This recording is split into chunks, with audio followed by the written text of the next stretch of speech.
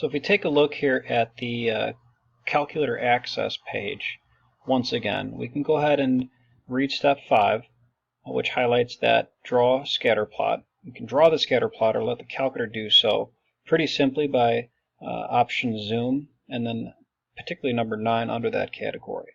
So let's take a look at that. So go back to our calculator. We hit zoom, and you can see all the features under zoom. We want option 9. And it's actually very quick in how it pops up, giving us those particular values. What I'm going to go ahead and do, and because I can do it on my TI SmartView software, I'm going to go to my tools here. I'm going to take a screenshot of the graph and then just copy it over here. Now you can obviously do that as well, unless you would rather draw it yourself. This is just a time saver for now. And because you have access to OneNote now, you can just go ahead and take a look and see what I've done and any notes that I make on top of it. Okay. So there's my graph. What I'll go ahead and do, based upon, of course, how the graph in particular came out, I'll use the quantities here: 3, 4, 5, 6, 7, 8, 9, 10, 11, and 12. And then if we just kind of revisit our y values, 813, let's call this 800, and so on. It went up in 2004 up to 941, so we go up by hundreds. We're actually pretty close here if I do it that way here to getting what we should get in 2006, a little over that, so do 1100, and so on and so forth. 1300 is a bit of a stretch, but that's pretty close. So we've used our graphing utility to plot the data. We used our graphing calculator to find a linear model. Actually, we will be doing that right now. And then we're going to go ahead and use the graphing calculator to find a quadratic model. Okay, so let's go ahead and do that. So if we go to our graphing calculator yet again here, we do have some options under our stat feature again, particularly calculate. If we go to calculate, we can do something called a linear regression analysis. We can also do a quadratic regression, cubic, quartic, and so on. Let me quit my menu altogether, and we'll go back to the stat, calculate. We'll hit option 4. It's going to ask me on the TI-84 Plus what lists I want to utilize. I am going to be using L1 and L2. Frequency list, that in particular should be left blank for now. Store regression equation, that also can be blank. And I'll go ahead and calculate. It will actually calculate in a very nice manner y equals ax plus b, or mx plus b if you make the connection, where the slope or a value is 49.45, the b or y-intercept value is 735.09, r squared, and r. So let's go ahead and make a note of these values, writing down here for linear. A, we said, was 49.455. B, 735.091. It did ask for R squared and then the model. So take a look at that yet again.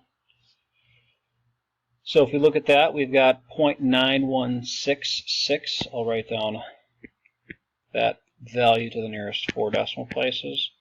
The model itself, if you put it in the form y equals mx plus b or ax plus b, is y equals 49.5 all around it for the sake of fitting things here, plus 735.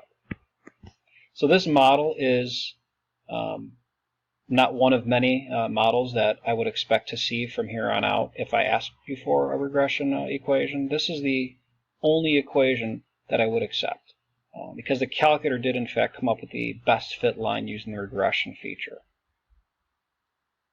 Quadratic model is very much the same. So we'll go back to the graphing calculator, stat, calculate, this time option number 5. We'll again hit enter twice for the first 2 options. Frequency list, I don't need to hit anything on or type anything in, and then same with store regression EQ. Let's just calculate. Again, we'll let the calculator do its thing, and here we go. We've got y equals ax squared plus bx plus c. Here's your a, your b, and your c. We'll write all those down. And we also have a quantity, of course, the r squared we'll take a look at. So negative 5.470, 131.5, 472.545. R squared, just to highlight again, 0.9884. I'll round it to the nearest 4 decimal places. The model, putting it all together, will be a bit of a squeeze, but negative 5.47x squared plus 131.5x plus 473. So I'm doing a bit of rounding there, which is not a huge deal when putting it all together. So letter D says which model has the higher coefficient of determination. Now if you recall, back when we discussed the R value, we talked about the R value, particularly when you take the absolute value of it, when it's close to 1, we have a better model that fits the data. So as you can hopefully all see, the R squared versus that R squared for quadratic versus R squared for linear, clearly the better one would have to be quadratic, because the absolute value of that number squared, square rooted, would in fact be closer to 1. Quadratic is the winner, so to speak. We do then make a connection to what kind of correlation. Very strong correlation in this particular instance. Now, if we happen to see, in a little bit here when we graph, we happen to see a curve that the graphing calculator comes up with for us that is not very strong, it will be pretty obvious when we look at it, in which maybe the points aren't all connected by the curve. Then maybe we say strong or good, or we might not even have a correlation at all, or maybe just very weak. Now, why don't we go ahead and do that? It's a pretty easy process, actually. We'll go back to the graphing calculator. And what we do is we hit y equals. And under y equals, we are going to do the following. We're going to hit variables, which is next to clear. We want to go to statistics, option 5. Under statistics, option 5 there, now we go to EQ. And we want to do the regression equation. What that did is it actually took the regression equation that I came up with in the very last step, particularly the quadratic one, and it basically inserted it into y equals. Pretty clever. Hit your graph button again.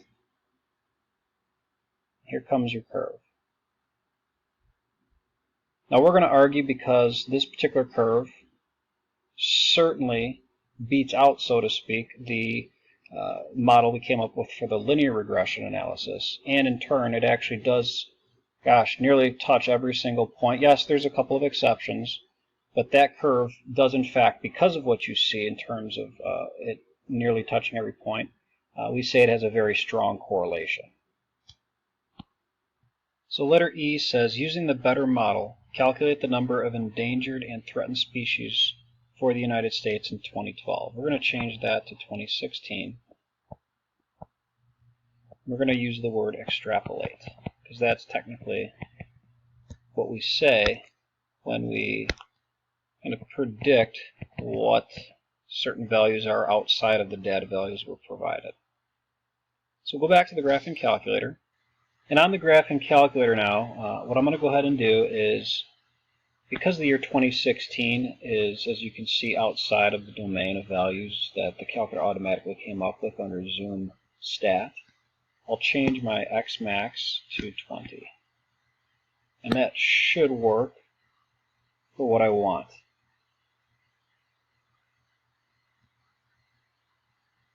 So I'll go ahead and hit second trace, option number 1, and then type in the year that I'm looking for. And I end up with 1176, and I'll round to that particular value. Now this should be it for today. I provided enough information, at least via the textbook information in Chapter 1, Section 7. Enough information for us to, if we need to do another regression analysis down the road, you have some really good foundational ideas, and you can also, of course, use your graphing calculator just about every step of the way.